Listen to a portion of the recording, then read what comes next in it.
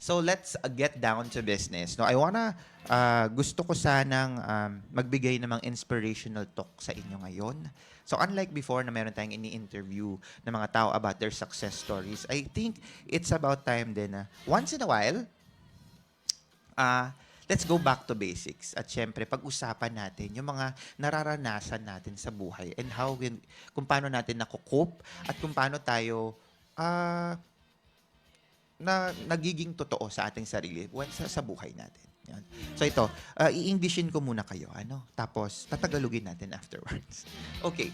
So, ang sabi nga dito, a quote that says, "When life breaks you, it is because you are ready to put back together differently. Every piece of you that feels shattered is a piece that will find a place, a new purpose, a new meaning. Trust that the cracks are where the light gets in. And sometimes, in your brokenness, we find our greatest wholeness. We find the courage to rebuild, to reimagine, to redefine what it means to be strong. You are not broken. You are breaking through." Ayan. Balik natin. Tagalugin natin ngayon.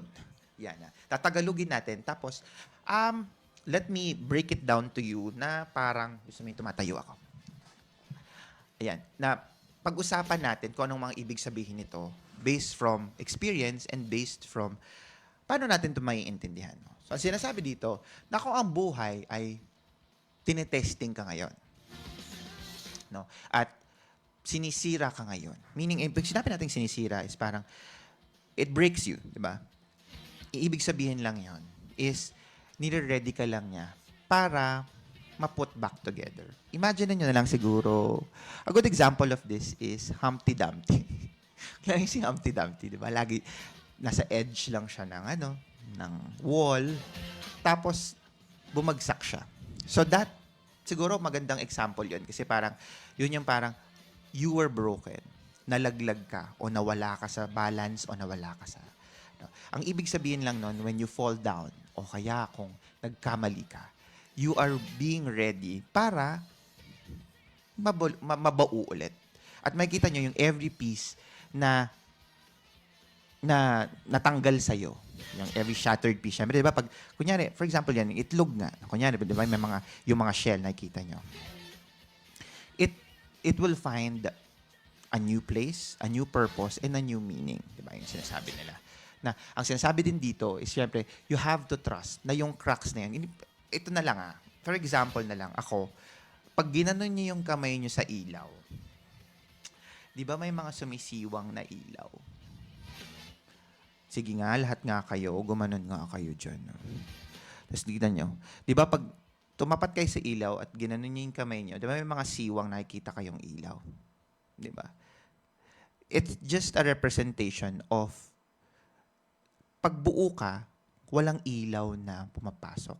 Pero pag nasira ka, o kaya nagkaroon ka ng siwang, makikita mo that there's a light also that gets in. Diba? So, ibig sabihin lang nun that when you are broken, binabalik ka lang niya sa pagiging whole kasi you will find the light. And yung light na yon signifies your hope.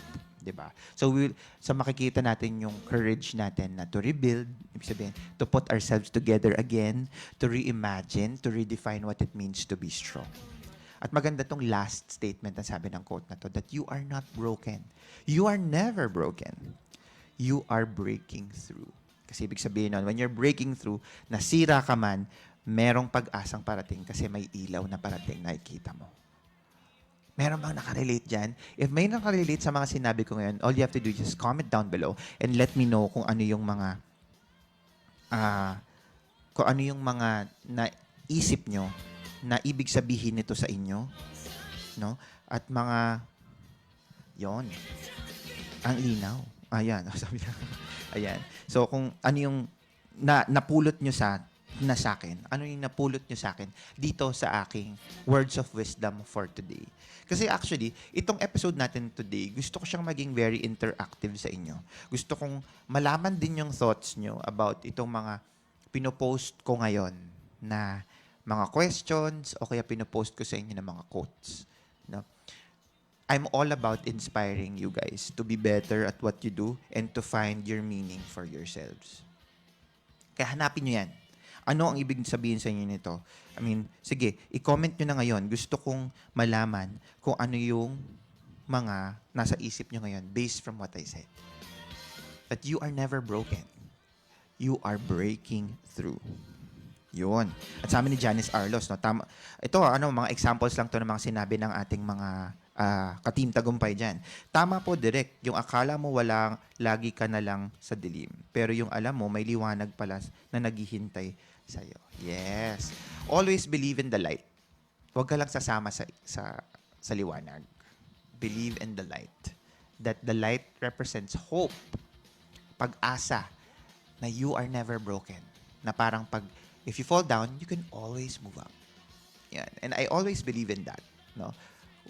Kung sino man sa inyo ang nakakaranas ng ganyan, yun. Yun.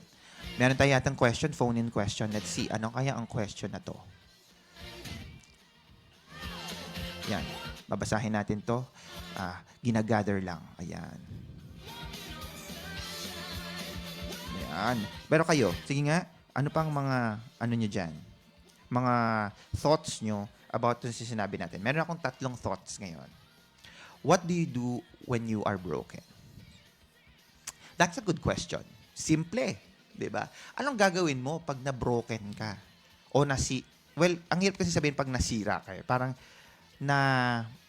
diskaril ka. Siguro ganun na lang yung term. Anong gagawin mo when you na-diskaril ka o when you are broken? Ako, based from experience and based from how I want to look at things this way, no? When you are broken, what do you do? Simple. Pick up the pieces. Kasi pag na-broken ka, yung mga pieces of you falls down. And those pieces of you represents yung doubts mo, nalaglag yan. Yung belief mo sa sarili mo, nalaglag yan. Yung hope mo sa sarili mo, nalaglag yan. All you have to do is pick it up. Pick it up, put it together, and everybody happy. When you put it together, it's not the same as before. Diba? Pag may nasira ng bagay, hindi na siya katulad ng dati. Pero, nabuo mo pa rin siya. And those cracks na makita mo when you put it together, it symbolizes yung experience mo. It also symbolizes yung hard work mo. That it will pay off. And these are the scars of your battles. And yung scars ng battles nito is maikukwento mo na lang sa mga apu-apuhan mo na, uy, naranasan ko to. And I made it through. And to prove to you that I made it through, ay yung peklat na yan. Diba? Ang ganda nun. Yun. At yung mga sinabi nila. Yun. Sabi si Janice Arlos, maraming feels, ha? Yun. Or, sige, si Regina Reyes, sabi niya, masira ka man ngayon, magagawa mo pa rin buuin at tumayo yung pagkakabagsak. Yes. Yun. Or move on and find the best one. Wow. Ganda rin nun, ha? Yun. And this applies to everything. This does not just apply to me or to and it applies to everything. It's a general observation and a general advice that you can get from me as someone who just experienced also yung mga ganyan. I myself, I experienced brokenness, I experienced failures, but what do? Diba? I pick up the pieces and then make myself better. Yon. Diba? Yan. It's not the same as before, pero at least buo ka pa. Yun ang sabi ni Regine. Yan. Yan. Ang dami, ha? Huwag ka naman umiyak, Janice. Tama mo, may naiiyak na sa ating audience ngayon dahil sa mga sinasabi ko ngayon. But no, it's really, you have to be strong. I mean, lahat ng tao ay makaka-experience ng failure, makaka-experience ng brokenness. And it's natural because we're all human. Nagkakatalo na lang yan kung paano natin nalalagpasan. Some people nalalagpasan to ng mabilis, katulad ko. May mga taong matagal. And it's okay. I mean, it's a process for everybody. And masayang ma-experience mo yan kasi doon mo ma-realize kung ano talaga ang worth ng buhay mo at para saan siya talaga. Diba? Yan. Okay. So, handa na ba kayo for our second one? Ito yung second question na ipaparamdam ko sa inyo. Paparamdam. And then, pakinggan nyo kung ano kaya ang magandang dito. Insight natin lahat. No? Gusto ko maging interactive tayo. Sumagot kayo sa comment section and let me feel your presence there about this question. Ang question ay, why do our prayers sometimes feel unanswered? In Tagalog, bakit parang yung mga pinagdadasal natin parang minsan hindi nangyayari? Or ang ramdam natin parang, parang hindi siya nangyayari. Parang hindi ito yung pinagdasal ko eh. Ang marami kasi sa atin, tinuturo sa atin na magdasal. At pag nagdasal tayo, na to ask what we want and to hope. Diba? Parang you ask what you want and then to hope. Pero sometimes, no matter how much we ask, how much we pray, it feels like yung mga pangarap natin is parang hindi mo siya maabot. Tapos umiiyak na lang tayo in prayer. Umiiyak tayo habang nagdadasal kung bakit yung mga bagay ay hindi nagbabago. Did you ever parang wonder why it's like that?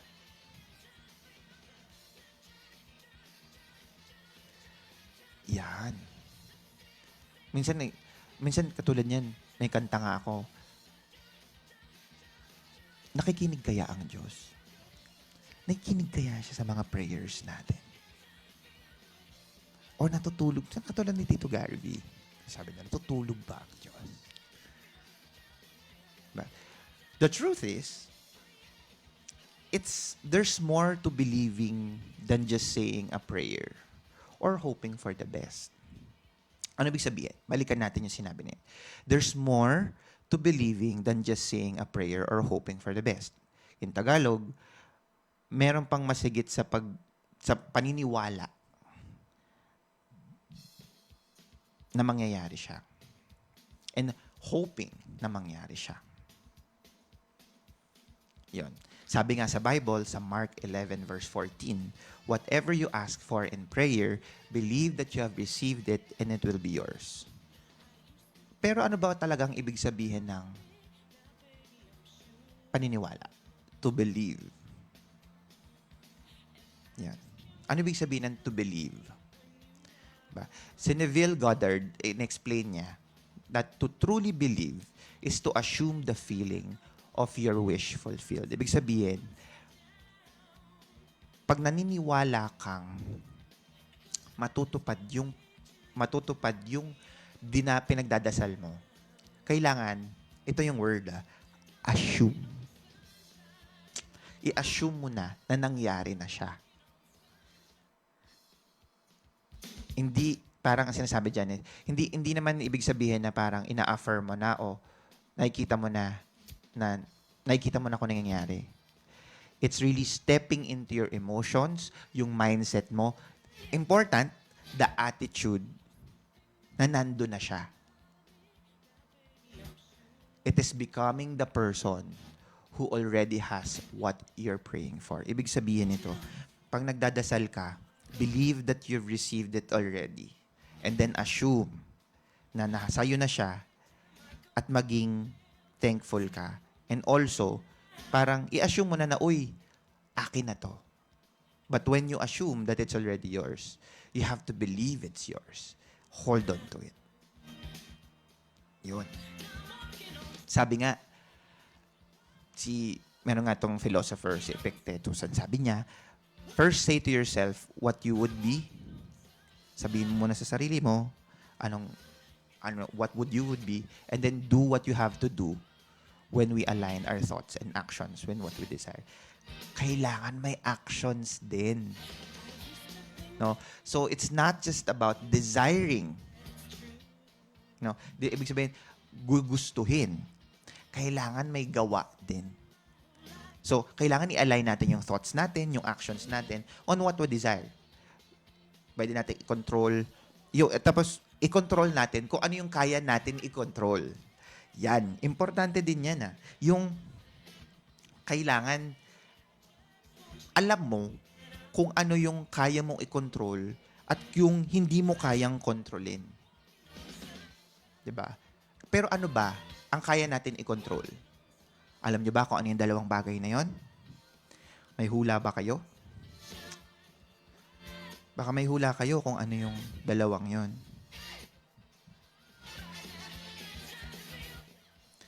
Ang dalawang bagay na yon ay ang iyong mindset at ang iyong behavior.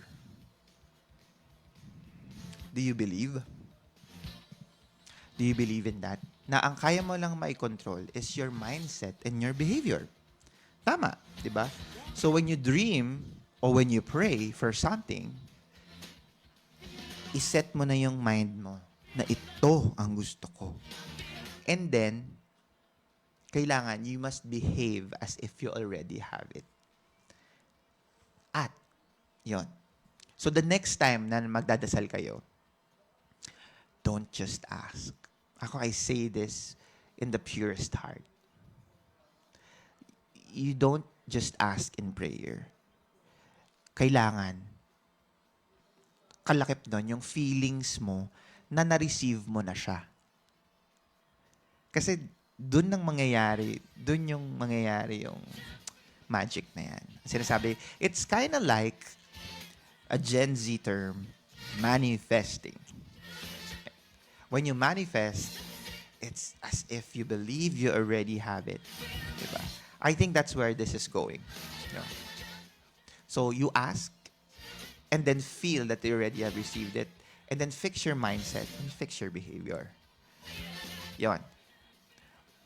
And focus also kung ano yung kaya mong i-control.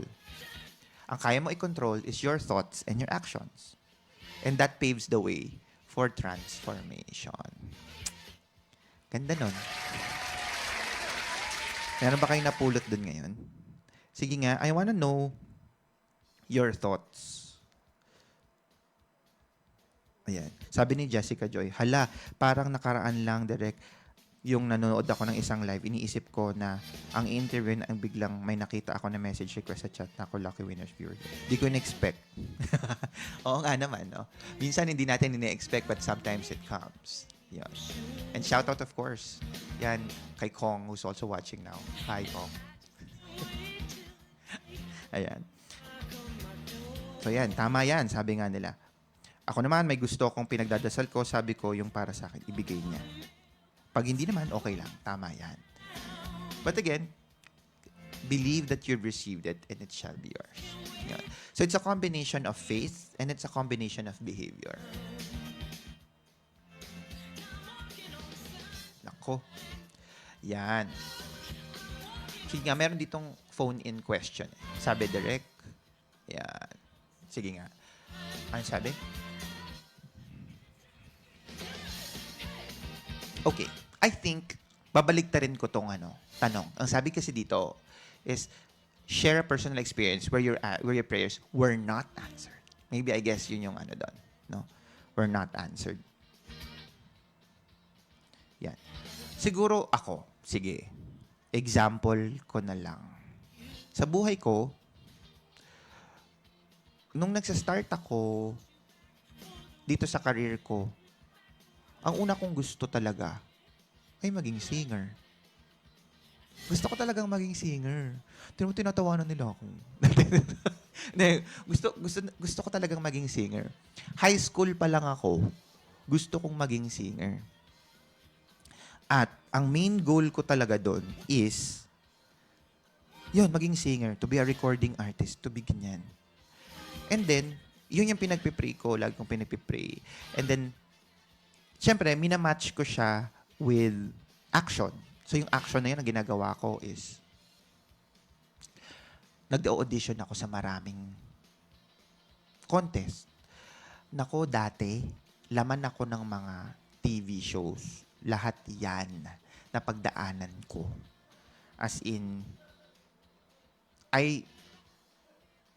pinagpipray ko lagi na, Lord, sana isa lang, sana makapasok ako sa ganitong contest. Sana, dinggin mo yung prayer ko. Sana mapansin ako. Yan. Pero hindi siya nangyari. Yes, nakapasa ko sa ilang mga contest, pero parang hindi ako naging masaya. Para kasing yung journey ko sa pagiging singer ko, parang nung una, parang sinasabi sa akin, baka hindi ako para dun. Or maybe, hindi siya para sa akin. Minsan ganun ang iniisip natin. Pag hindi natin nakukuha yung gusto natin, minsan ang iniisip natin, hindi siya para sa atin. And then I realized na parang in the course of me not getting into, well, nakukuha naman ako pero hindi ko nakuha yung satisfaction na parang, uy, sumikat ako bilang singer o napansin ako bilang singer. I realized that there's more to it. It's leading me to something else. Or, yung dream ko na yan ay kaya ko pa rin abutin pero in another way. Hence, eto ngayon.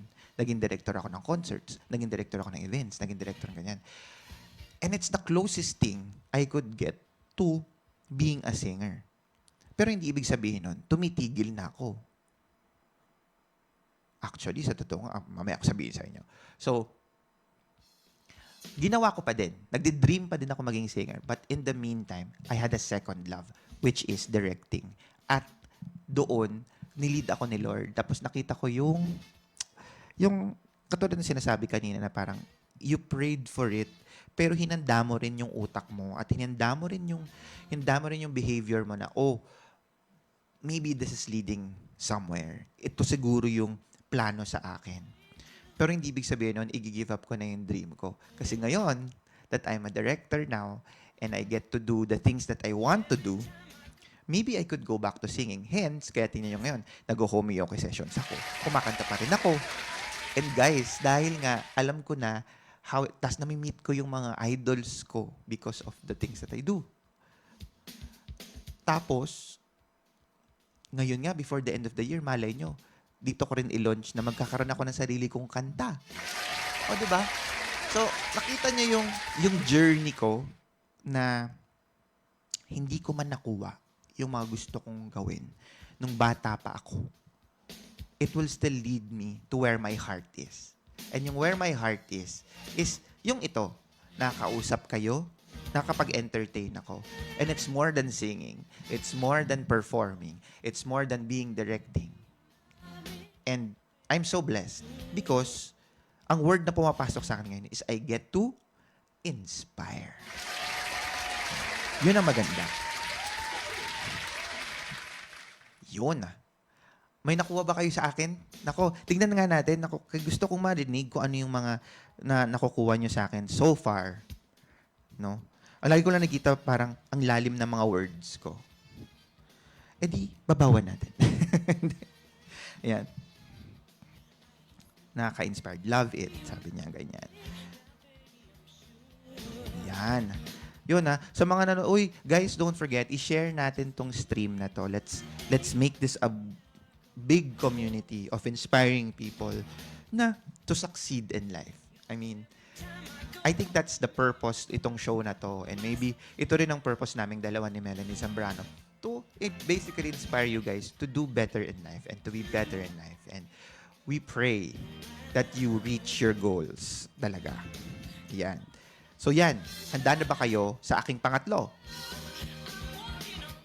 Ito, handa na ba kayo? Diba, kanina pinag-usapan natin is yung believing in prayer. Diba? This time naman is minsan kasi we judge. Yan. Nagda-judge kasi tayo. Sometimes it's really unfair na pag may tao na ina-accuse ka na you're not working hard enough. Diba? Pag sinabihan ka ng hindi mo masyadong ginagawa yung dapat mong gawin. You're not working hard enough. When in fact, nilalagyan mo naman ng effort. Kasi, ang key dyan, it's not just really about working hard. There's a difference between working hard and working on the right things. Wow, big word yun ah. Balik mo nga yun. Sabi, it's about, the key isn't just about working hard. It's about working on the right things. What does that tell you? Diba? A lot of people are really working hard. They really work hard for it. But they're not really working on the right things. And how do you know if it's the right thing? Diba? It's better to, let's say, work on solving the right problem ng isang oras than, kunyari, 10 oras na iniisip mo yung mga problema, yung hindi tamang problemang sinosolve mo. Minsan ganun ang tao eh. Iniisip niya yung problema niya, yun yung talagang problema niya. So, iisipin at iisipin niya for the longest time. Tatagal ng tatagal ng tatagal. When in fact, hindi naman talaga yun yung totoong problema. Diba? That's the wrong problem to solve. Maybe there's an easier problem to solve that would make you understand why things are happening. So, I think, panahon na para isipin nyo kung saan nyo ilalagay yung focus nyo. Saan nyo ilalagay? Importante yung effort, yes. Diba? Nag-effort naman ako eh. Diba sinasabi natin? Ini-effortan ko naman eh, pero bakit hindi? Kasi, effort without direction is nothing. Because direction is everything. Kaya ako director. Hindi. Pero diba, effort is important, but direction is everything. Pag nirelate ko to sa trabaho ko, as a director, as a producer, as a editor, as lahat. Ginawa ko na kasi lahat eh. I write, I direct, I edit, lahat. Effort is important. Very important. But direction is everything. Because my clients, yung mga kliyente ko, hindi naman nila tatanungin kung ilang araw akong nagpuyat. Hindi rin naman ako tatanungin kung ilang araw akong napagod. Kasi, ang titingnan lang nila is kung ano yung output ko. Diba? Let's say for a concert, hindi naman nila titignan kung, ay, nagpuyat si Direk dyan, mga 1 buwan yan hindi natulog. Kasi yung mga songs, yung mga stage design, yung mga effects, lahat, inayos niya yan. Ang tinitignan lang ng tao, at yung laging nire-rewind nila sa YouTube o kaya kung sa Facebook kung saan, is kung gaano kaganda yung output ko. Hindi, or kung gaano kapangit yung output ko. Di ba? So yun. It's really about that. Know where to put your effort and know where you want to put it. Put direction to it. Yan. Kayo, Team Tagumpay, anong masasabi nyo dyan? Sige nga. Ano, may phone-in question nyo dito. Sa tingin nyo, in fairness ha, very interactive din ang ating team dito. Ang daming feels ha. So yan. May phone-in question dito. Ang sabi, tanungin ko kayo. Team Tagumpay, kayo, nakikita nyo na ba kung ano ang purpose nyo? If I were to ask you, nakikita nyo na ba kung bakit kayo nabubuhay sa mundo at kung para saan ang mga ginagawa nyo? What is your purpose? And saan nyo nilalagay yung effort nyo? Is it in the right things? Are you solving the right problems? Are you going on the right direction?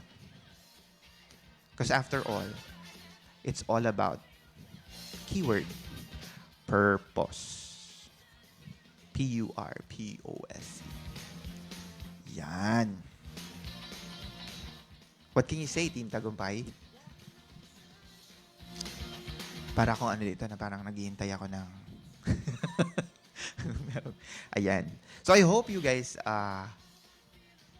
got something from me out of this, yung mga ganito. Yung ating mga munting pag-uusap na sumasalamin sa buhay natin at sumasalamin sa mga nararamdaman natin at nararanasan natin. Ako, I'm here actually to give you more inspiration, to bigyan kayo ng inspirasyon para to move forward in life. At para makita nyo kung ano yung purpose nyo sa buhay. At mag-succeed din kayo. Kasi after all, itong show na to is usapang tagumpay. Pag-usapan natin ang tagumpay nyo at paano natin maaabot yung tagumpay nyo. Dahil lahat tayo are meant to reach yung tagumpay na hinahanap natin. Diba? So sana may natutunan kayo sa akin today na kahit ganito, very simple, nag-uusap lang tayo, puso sa puso, tao sa tao. Na sana may nakuha kayo sa akin na magandang inspirasyon o kaya magandang words of wisdom para to move forward in life. And if you have your thoughts, nako, all you have to do is just comment down below. And I want to see yung mga natutunan nyo dito. And maybe, one way or another, pass it on. Pay it forward. Very, very, very, siguro, important din na to pay it forward. So, ito, may phone-in question na naman yata tayo. Fairness, ha? Ano kayo ngayon, ha?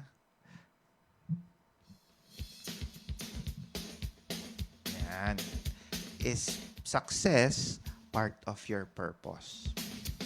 That's a good question. Sabi dito, is success part of your purpose?